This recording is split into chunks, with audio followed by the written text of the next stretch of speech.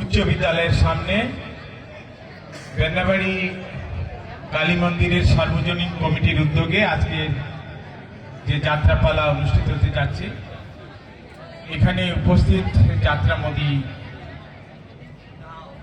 শ্রোতৃ মণ্ডলী, কিন্তু আমার কাছে যারা পিতার বয়সী তারা পিতৃগণ এবং মাতার বয়সী তারা মাতৃগণ, তাদেরকে আমি প্রণাম জানাচ্ছি। যারা আমার ভাইয়ের বয়সী এবং বোনের বয়সী তাদেরকে ভালোবাসা, এবং যারা সন্তানের মতন তাদেরকে স্নেহাশিস। এই সম্মিলিত উচ্চ বিদ্যালয়, এই মাঠ, এ হচ্ছে আমার শৈশবের খেলাঘর, কৈশোরের রঙিন স্বপ্ন, যৌবনের উপবন এবং আগামী পার্থক্যের বারাণসী।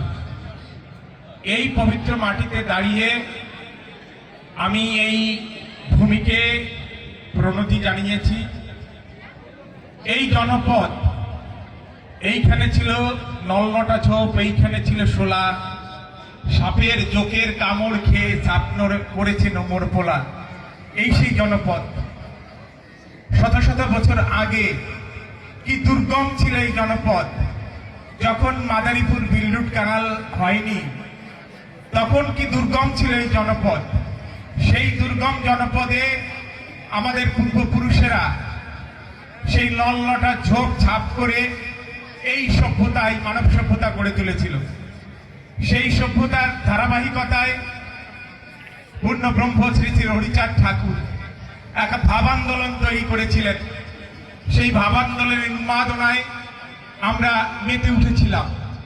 তার পুত্র শ্রী শ্রী গুরুচাঁদ ঠাকুর সমাজে শিক্ষা আন্দোলন, সমাজ সংস্কার, অর্থনৈতিক উন্নয়ন, সংস্কৃতির বিকাশ, সর্বোপরি রাজনীতি ক্ষেত্রে একটি জাগরণ তুলেছিল। এবং সেই জাগরণের ধারাবাহিকতায় 1935 সালের ভারত শাসন আইনে সর্বক্ষেত্রে সর্বস্তরে আমাদের একটি অংশীদারিত্ব তৈরি হয়েছিল। কিন্তু আজকে আমরা নানা রকম রাজনৈতিক প্রতিশ্রুতির মধ্যে থেকে, নানা রকম কথার ছল চাতুরিতে আমাদের সেই রাষ্ট্রীয় অংশীদারিত্ব আজকে নেই। যারা পুরনো মানুষ আছেন তারা জানেন 1954 সালেও 309 আসনের মধ্যে আমাদের জন্য 72টি আসন বরাদ্দ ছিল। আজকে 300 আসনে নির্বাচন হচ্ছে, আমাদের জন্য নির্দিষ্ট কোনো আসন নেই। দয়া করে বড় রাজনৈতিক দল আমাদের 4টি আসন দিয়েছে। সেই 72টি আসন ছিল, যেটি ছিল সাংবিধানিক অধিকার, সেটি আমাদের ভুলের কারণে আজকে দয়ার পাত্র হয়ে গেছি। মাত্র 4টি আসনে মনোনয়ন পেয়েছি। অন্য রাজনৈতিক দল হয়তো 2-1টি আসনে মনোনয়ন দিতে পারে, ছোট ছোট রাজনৈতিক দল, কিন্তু তার তো জেতার সম্ভাবনা একেবারেই ক্ষীণ। ফলে এই 4টি আসন সম্বল আমাদের। কিন্তু আজকে আমাদের পাবার কথা ছিল যা জনসংখ্যার অনুপাতে, আমরা সেই আসন কিন্তু আর পাচ্ছি না আমাদের ভুলের কারণে। আমরা অচৈতন্য হয়েছিলাম। কিছু কিছু কথায়, কিছু কিছু রাজনৈতিক বক্তৃতায় আমরা মনে করেছিলাম যে আমাদের জন্য আর সংরক্ষণ লাগবে না। কিন্তু সেই সংরক্ষণহীন জীবন আজকে কি করুণ অবস্থা দেখেন। আজকে আমরা দয়ার পাত্র হয়ে গেছি, করুণার পাত্র হয়ে গেছি। প্রতিনিয়ত নির্যাতন, নিষ্পেষণ আমাদের উপর দিয়ে চলছে, অথচ আমাদের এমন কোনো নেতা নেই যে তার বিরুদ্ধে প্রতিবাদ করবে, গর্জে উঠবে। আগামী ত্রয়োদশ জাতীয় সংসদ নির্বাচন হবে। এই নির্বাচনের মধ্য দিয়ে যে সংসদ গঠিত হবে, সেই সংসদে 1972 সালে যে সংবিধান আমরা পেয়েছিলাম, 1971 সালে 30 লক্ষ শহীদের রক্তের অক্ষরে লেখা যে সংবিধান, সেই সংবিধান পর্যালোচনা হবে। সেই সংবিধানে বাংলাদেশের পরিচালনা, রাষ্ট্র পরিচালনার মূলনীতির পর্যালোচনা হবে। সেই সংবিধানে মানুষের যে মৌলিক অধিকার আছে, সেই মৌলিক অধিকার পর্যালোচনা হবে। সেইখানে, সেই সংবিধানের সেই সভায়, সেই পর্যালোচনায় যদি আমাদের একজন প্রতিনিধি না থাকে, তাহলে কে বলবে আমাদের কথা? কে বলবে গুরুচাঁদ ঠাকুর যে অধিকার আদায় করেছিল, যে সম্পদ আমাদের দিয়ে গিয়েছিল, সেই সম্পদ পুনরুদ্ধারের কথা? সেই কারণে আজকে গোপালগঞ্জ 2 আসনে আমি একটি উপলক্ষ তৈরি করেছি। আমাদের একটি সামাজিক উদ্যোগের মাধ্যমে এই উপলক্ষটি তৈরি হয়েছে। গত 2 জানুয়ারি মিলার মিটিংয়ে আমি বলেছিলাম, আমি উপলক্ষ, এই উদ্যোগটিকে সফল করার দায়িত্ব আমাদের সকলের। আমি সেদিন বলেছিলাম যে এই গুরুচাঁদ ঠাকুরের যে অর্জিত সম্পদ সেটি পুনরুদ্ধারের জন্য যদি দরকার হয়, যদি প্রয়োজন মনে করেন, তাহলে আমার বাকি জীবন আপনাদের হাতে তুলে দিলাম। সেদিন সেই মিলাবাসীর সামনে সেই কথাটি আমি সারা জীবন মনে রাখবো। আমি এখনো মনে করি যে একটি বঞ্চিত সমাজ যাদের সব কিছু ছিল তারা আজকে সব হারিয়ে সর্বহারা হয়ে গেছে, তাদের সেই সব কিছু ফিরিয়ে আনার জন্য এই সমাজের একজন সন্তান হিসাবে আমার একটি নৈতিক দায় আছে, দায়িত্ব আছে। যেহেতু আমি এখানে পড়াশোনা করে বড় হয়েছি, এই একটি পরিবারের সন্তান হিসাবেই আমি বড় হইনি, আমি বড় হয়েছি এই একটি গ্রামের সন্তান হিসাবে, একটি মিলার সন্তান হিসাবে, এই জনপদের সন্তান হিসাবে, এই সমাজের সন্তান হিসাবে।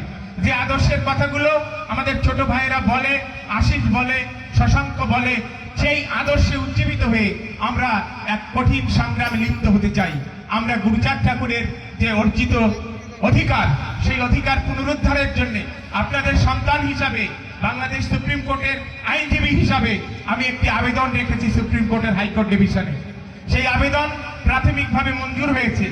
সেই রিট পিটিশন নাম্বার 9210, সেই রিট পিটিশন প্রাথমিকভাবে মঞ্জুর করে এই সরকারকে শোকজ করেছে এবং একটি কমিটি গঠনের নির্দেশ দিয়েছে যে এই যে কথাগুলো সে বলছে, যে অধিকার তাদের ছিল সেই অধিকার তাদের ফিরিয়ে দেওয়া উচিত কি উচিত না, সেই কমিটি সেই রিপোর্টটি দেবার পরে আমরা যদি সম্মিলিতভাবে চেষ্টা করি তাহলে আমাদের সেই অধিকার আমরা পুনরুদ্ধার করতে পারবো।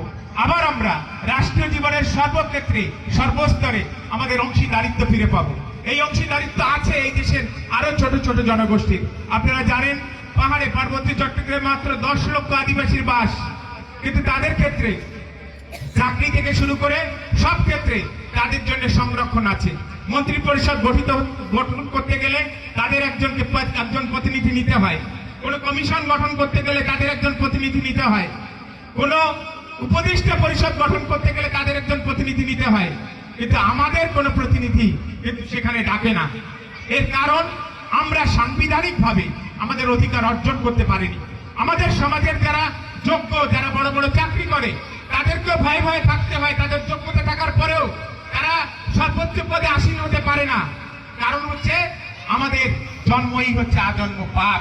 আমাদের পরিচয়ের কারণে আমাদের যোগ্যতা থাকার পরেও আমরা সর্বোচ্চ পদে আসীন হতে পারি না।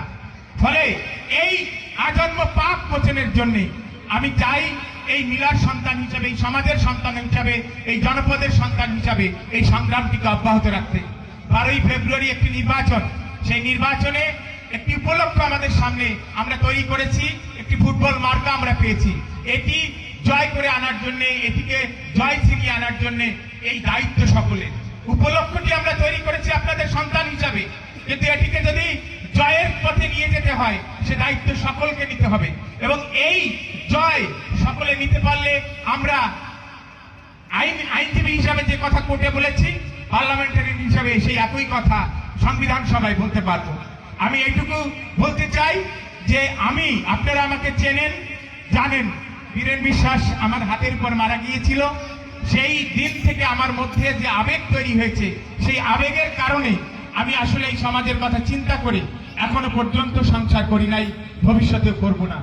আমি এই বীরেন বিশ্বাস, গুরুচাঁদ ঠাকুর, হরিচাঁদ ঠাকুরের যে আদর্শ, সেই আদর্শের পথ অনুসরণ করার আমি যোগ্য নই, কিন্তু আমি একটি কথা চিন্তা করেছি যে আদর্শের কথা মানুষের কাছে পৌঁছে দেওয়ার জন্য একজন মেসেঞ্জার হিসাবে, একজন বার্তাবাহক হিসাবে আমি অন্তত আমার জীবনটাকে বিলিয়ে দিতে চাই। আপনারা যদি সকলে আশীর্বাদ করেন, গণদেবতার বেদি মূলে আমি আমার জীবনকে উৎসর্গ করেছি, আপনারা সকলে আশীর্বাদ করলে আমরা নিশ্চয়ই আগামী দিনে এই সংগ্রামে সফল হব।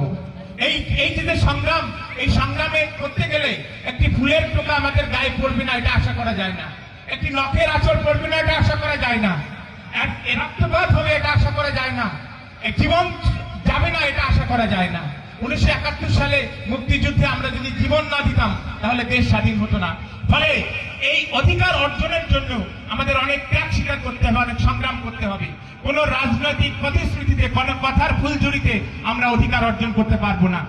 আমাকে সাংবাদিকরা প্রশ্ন করেছিলেন, অনেক এমপি প্রার্থী তারা এই এলাকার উন্নয়নের জন্য অনেক প্রতিশ্রুতি দিচ্ছে, রাস্তাঘাট করে দেবে, গম বরাদ্দ করবে, অনেক রকম প্রতিশ্রুতি দিচ্ছে, আপনি কি করবেন? আমি বলেছি আমি মানুষকে মানুষ জ্ঞান করি। আমি প্রতিটি মানুষের মধ্যে যে প্রতিভা আছে, যে যোগ্যতা আছে, সেই যোগ্যতার বিকাশ ঘটাতে চাই। কাউকে আমি ভিক্ষা দিতে চাই না, কারণ আমিও মানুষ, সেও মানুষ। কেউ এইখানে যা যোগ্যতা আছে আমাদের সমাজের, এই দেশের মানুষের, কেউ ভিক্ষা করে বাঁচতে চায় না। তার যোগ্যতা অনুযায়ী তাকে যদি স্বাবলম্বী করে তোলা যায়, তাহলে সেও আমার মতন দেশ সেবায় উপযুক্ত হয়ে উঠবে। আমি বলেছি এই শিশুদেরকে আমরা যোগ্য করে গড়ে তুলবো এই দেশের জন্য, এই সমাজকে আমরা যোগ্য করে গড়ে তুলবো এই দেশের জন্য। কৃষকের মুক্তির জন্য আমরা গ্রামে গ্রামে সমবায় সমিতি গড়ে তুলবো। এখানে যারা রিক্সাওয়ালা আছে, যারা ইজি বাইক চালায়, বিভিন্ন শ্রমজীবী মানুষ, প্রতিটি ক্ষেত্রে আমরা সমবায় সমিতি গড়ে তুলে মানুষকে স্বাবলম্বী করে গড়ে তুলবো, সেই কথা আমি বলেছি। এবং এখানে যারা মাছের কাজ করে, মাছ চাষ করে, তাদের মধ্যে সমবায় সমিতি গড়ে তুলে আমরা তাদেরকে স্বাবলম্বী করে গড়ে তুলবো। সকলে স্বাবলম্বী হতে চায়, কেউ ভিক্ষা করে জীবন যাপন করতে চায় না, কেউ কারুর অনুগ্রহ চায় না। সকলের যে প্রতিভা আছে, সেই প্রতিভার বিকাশ ঘটলে সকলেই দেশের উপযুক্ত সন্তান হিসেবে দেশ সেবায় নিয়োজিত হতে পারে। আমরা সেই কাজ করব। আমরা প্রতিটি মানুষকে মানুষের মর্যাদায় উন্নীত করব। আমরা ভোটারদেরকে মনে করি গণদেবতা। আমরা ভোট কিনবো না, বরং আমি আজকে 46 দিন নির্বাচনের মাঠে আছি, আমি কিন্তু এই গণদেবতার আশীর্বাদ নিয়ে আছি। প্রত্যেকে আমাকে 50 টাকা, 100 টাকা, 500 টাকা, 1000 টাকা, 2000 টাকা, 5000 টাকা, 10,000 টাকা দিচ্ছে। যারা আমার পরিচিত সকলেই এইভাবে অনুদান দিয়ে এই নির্বাচনটিকে 46 দিন টেনে এনেছে। আগামী 12ই ফেব্রুয়ারি পর্যন্ত এইভাবে এই নির্বাচন আমরা টেনে নিয়ে যাব। এবং এই যে গণদেবতার প্রতি বিশ্বাস, এই বিশ্বাস দিয়ে আমরা বাংলাদেশের রাজনীতির একটি সংস্কৃতি পরিবর্তন করব। আমরা বিশ্বাস করি মানুষ, জনগণ যদি জনগণের অর্থে, স্বার্থে জনগণের প্রতিনিধি নির্বাচিত করতে পারে, তাহলে সেই প্রতিনিধি জনগণের কথাই বলবে। আমাকে একজন প্রশ্ন করেছিল, তুমি তো চাইলে বড় দলটির কাছে মনোনয়ন নিয়ে নির্বাচন করতে পারতে। আমি বলেছিলাম যে আমি হয়তো চাইলে হয়তো দিত, এগুলো প্রত্যেকটি কথার মধ্যে হয়তো আছে। আমি হয়তো মনোনয়ন পাওয়ার পর নির্বাচিত হতে পারতাম, কিন্তু তাতে আমি ওই দলটির দাস হয়ে যেতাম। আমি ওই দলের এমপি হবার পরে আমি গুরুচাঁদ ঠাকুরের আদর্শ বাস্তবায়নের জন্য কাজ করতে পারতাম না। আমি ছোট্ট উদাহরণ দিয়ে আমার কথাটা 1 মিনিটে শেষ করব। আমার সকলেই আপনারা জানেন, যারা চেনেন, শ্রদ্ধেয় কার্তিক চন্দ্র ঠাকুরের সাথে আমার একটা গভীর যোগাযোগ ছিল পারিবারিক কারণে।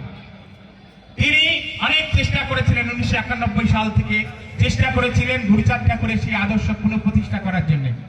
2001 সালে সেটি প্রায় বাস্তবায়িত হয়ে গেছিল নির্বাচনের আগে। আমি প্রতিটি কথা জানি বলেই আমি বলছি। কিন্তু 2001 সালে তার সাথে কথা হবার পরও একটি রাজনৈতিক দল, তার অনেক বড় কাঠামো থাকে। তখন 15 জন স্ট্যান্ডিং কমিটির মেম্বার ছিল, তার মধ্যে কিছু লোক রাজি ছিল, কিছু লোক রাজি ছিল না। সেই কারণে সেদিন কিন্তু সেই দলের হাইকমান্ড নৈতিকভাবে স্বীকার করার পরেও আমাদের জন্য সংরক্ষণ চালু করতে পারে নাই। কার্তিক ঠাকুর সেই 2001 সালের নির্বাচনের পরে আমাদের সঙ্গে কথা হয়েছিল, তিনি বলেছিলেন তোরা হতাশ হোস না। আমি ডক্টর কামাল হোসেনের সাথে আলোচনা করেছি, আমি এই রিজার্ভেশনের জন্য রিট পিটিশন দায়ের করব। বিশ্বাস করুন, সেই কথাটি আমরা এই প্রায় 20-22 বছর পরে আবার মনে পড়েছে বলেই আপনাদের সামনে যে 9210 নম্বর পিটিশনের কথা বললাম, সেটি আসলে সেই কথাটি মনে রেখে আমি অনেক পড়াশোনা করে এই রিট পিটিশনটি হাইকোর্ট ডিভিশনে দায়ের করেছি। কিন্তু কথা এইখানেই শেষ নয়, কথা হচ্ছে এই আইনগত আবেদনের মধ্যেই একটি জাতি তার অধিকার ফিরে পেতে পারে না। একটি জাতি একটি আইনি ভিত্তি তৈরি করবে। যদি আমাদের অধিকার ফিরে পেতে হয়, যদি রাষ্ট্রীয় জীবনের সর্বক্ষেত্রে সর্বস্তরে আমাদের সেই অধিকার ফিরে পেতে হয়, গুরুচাঁদ ঠাকুর যে অধিকার অর্জন করেছিলেন সেটা ফিরে পেতে হয়, তাহলে আমাদেরকে ঐক্যবদ্ধ হতে হবে। সেই ঐক্যের একটি সোপান হতে পারে আগামী 12 তারিখের নির্বাচন। আমি আমার দিক থেকে কথা দিলাম, এই ঐক্যের জন্য আমাকে যতটা নিচু হতে হয় আমি নিচু হব, যতটা অপমানিত হতে হয় আমি অপমানিত হব, যতটা আমার পক্ষে সম্ভব আমার মানবিক সত্তা দিয়ে, আমার জ্ঞান দিয়ে, বুদ্ধি দিয়ে, শ্রম দিয়ে সেই ঐক্যের বাতাবরণ আমি নির্মাণ করব, তৈরি করব। আপনারা আমাকে আশীর্বাদ করবেন আপনাদের সন্তান হিসাবে সেই ঐক্যের বাতাবরণ তৈরি করার জন্য আমি যেন আমার জীবনকে বিলিয়ে দিতে পারি। এই মাটির সন্তান হিসাবে, এই স্কুলের ছাত্র হিসাবে, এই আপনারা যারা যে নৈতিক শিক্ষা দিয়েছেন আমাকে, সেই নৈতিক শিক্ষার উপর দাঁড়িয়ে বীরেন বিশ্বাসের কথা স্মরণ করে, হরিগুরুচাঁদ ঠাকুরের কথা স্মরণ করে আপনাদের সামনে সেই ঐক্যের বাতাবরণ সৃষ্টি করার প্রতিজ্ঞা করে আমি আমার কথা শেষ করব। আমি ফুটবল প্রতীকটি পেয়েছি, এই প্রতীকটি উপলক্ষ, এই প্রতীকটি আপনাদের, এর ভাগ্য নির্ধারণের ভার আপনাদের উপর দিয়ে আমি আমার কথা শেষ করছি। সবাইকে আভূমি প্রণতি জানাচ্ছি।